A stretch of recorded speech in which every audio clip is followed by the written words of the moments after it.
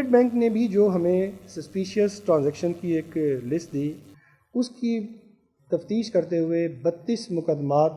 درج کیے گئے، 32 ہی ملزمان ہم نے گرفتار کیے اور ان سے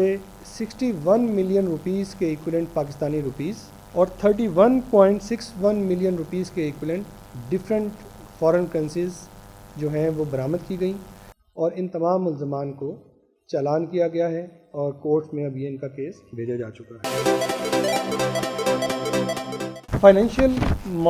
مانیٹری یونٹ جو ہے، اس کے حوالے سے ہمارے پاس جو سسپیشیس ٹرانزیکشن رپورٹس آتی ہیں، ان کا میں اگر آپ کو بتاؤں کہ 2015 سے لے کر 2020 تک 6 سال میں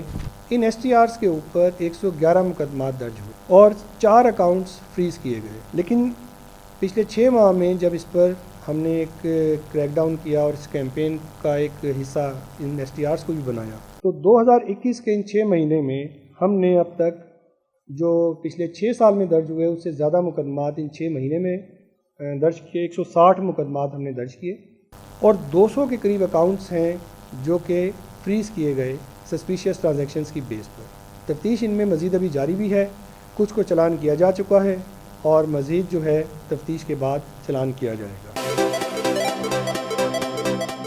کرنسی ایکسچینج جو کمپنیز ہیں ان کے خلاف بھی ایک مہم چلائی گئی، ان لوگوں کے خلاف صرف جو غیر قانونی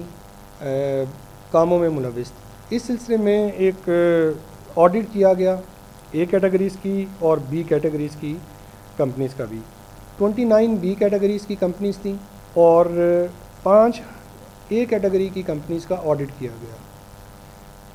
اس آڈٹ میں سینکڑوں نہیں بلکہ ہزاروں ٹرانزیکشنز کو مانیٹر کیا گیا، اس کو انالیسس کیا گیا اور اس کو ایویلیویٹ کیا گیا، اور اس آڈٹ کی بیس پر اے کیٹیگری کی کمپنیوں میں سے 3 کے خلاف پرچے درج کیے گئے اور بی کیٹیگری کی 29 جو کمپنیز تھیں ان میں سے چند پر 7 ایف آئی آر درج کی گئی۔